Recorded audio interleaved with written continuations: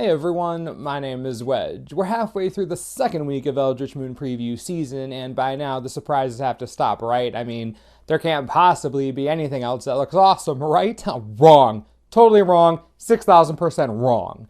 You're not going to believe a couple of the cards I have to show you today. The set is so flavorful I can't even handle it. Hope you enjoy the video, and if you do, remember to hit that like button. Helps out a lot.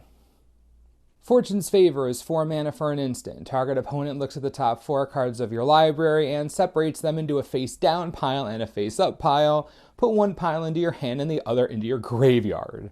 Talk about mind games, this card's wonderful. It's like a more sadistic fact or fiction. Can't wait to play this in Limited just to play it. Absolutely fantastic card design. This is what I'm talking about. Eldritch Moon has some amazing flavor, both in terms of story, but also in terms of mechanics and card design. Fortune's Favor, easily in my top 5 cards of the set, easily.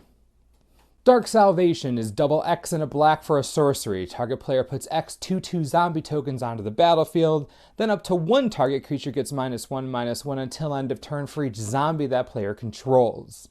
This is one of the most weirdly worded cards ever. Okay, so let's say you have 3 mana. You pay 3 mana, put a 2/2 zombie onto the battlefield, then target an opponent's creature, and it gets -1/-1 for each zombie the original player who got the zombie controls. Weird wording, but I get it. The card's interesting. You're almost always going to use it for 3 mana, putting a 2/2 zombie into play, then hopefully killing something because you're playing a zombie deck, and hopefully you have more than one zombie.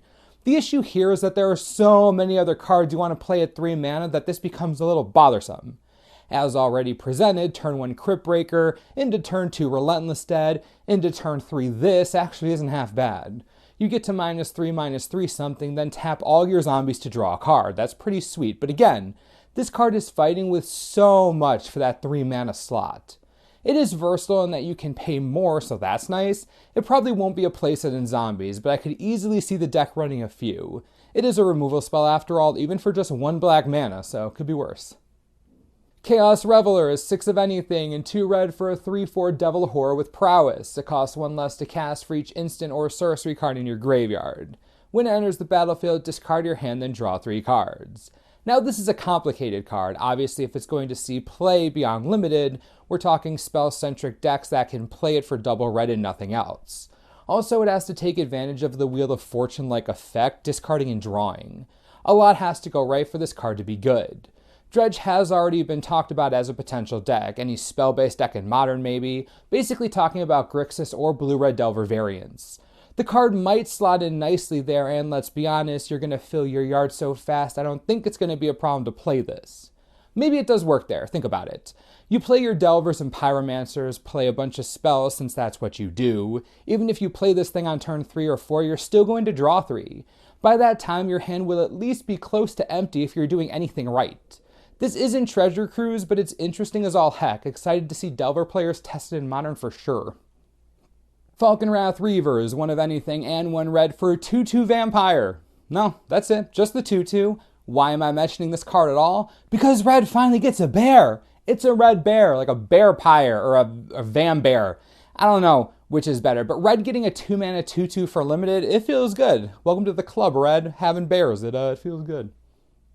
Nahiri's Wrath is 3 mana for a sorcery. As an additional cost to cast it, discard X cards. Nahiri's Wrath deals damage equal to the total converted mana cost of the discarded cards to each of up to X target creatures and or planeswalkers. Let's begin with a very important fact. That does not hit players because if it did, Modern would be ruined by combo decks, completely ruined. The card would be insane. Play it in a deck with Emrakul? Come on, nowhere near fair. Anyways, this thing is powerful. Straight up ridiculous. I'm already seeing players freaking out about Modern with Boris Reckoner. You play Boris Reckoner, use the Wrath, discard something like Old Emrakul, and wham, right into your opponent's face by targeting the Reckoner. Now, there is the worry that this will be the next Aurelia's Fury. That has come up, but mana is way less restrictive on this card, and the potential for board blowouts is really high, especially if you have mana spells to cast. The card is the closest Modern is ever going to get to Firestorm, and that's okay. Firestorm is a dumb card. I find the Wrath really strong. Interested to hear what you think about it. Permeating Mass is 1 green for a 1/3 spirit. Whenever it deals combat damage to a creature, that creature becomes a copy of the mass.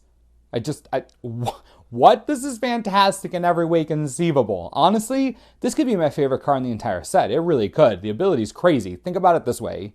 You have the mass in play. Your opponent has, I don't know, anything. You deal damage. That creature becomes a mass with the same ability. That means whenever that creature deals damage to one of your creatures, that creature becomes a mass. Everything becomes a mass. Masses forever. An entire board of just masses pumping up against each other because 1/3s never get anything done, ever. Fun fact, if you pump this thing's power, it deals 1 damage to like a 7/7, then the 7/7 becomes a 1/3 and then dies if you had enough power to deal 3 damage. The card has so many funny interactions, can't even handle it. In Limited, don't even get me started. Going to time every round on purpose. Sign me up, coach. Spell Quellar is one of anything, 1 white and 1 blue for a 2/3 spirit with flash and flying. When it enters the battlefield, exile target spell with converted mana cost 4 or less.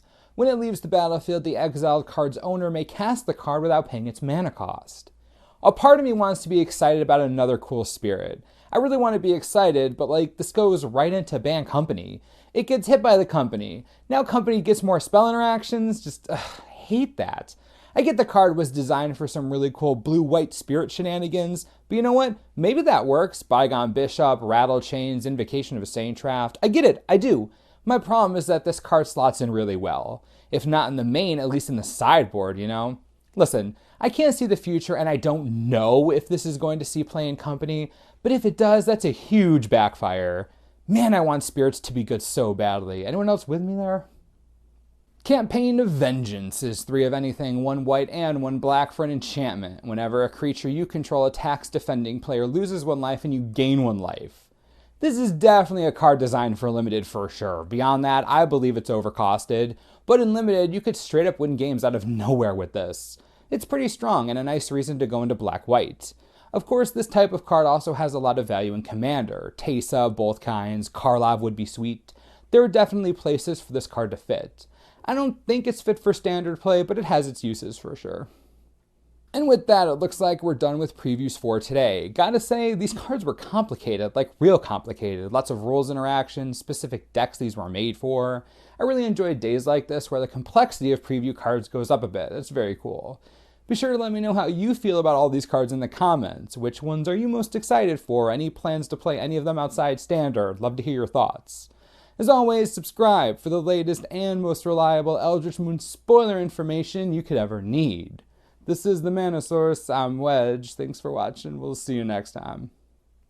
This video is brought to you in part by TCGplayer.com. We really are nearing the end of preview season here. Good a time as any to get your standard and modern staples and be ready. I really like that Devil that plays nicely with Delver of Secrets.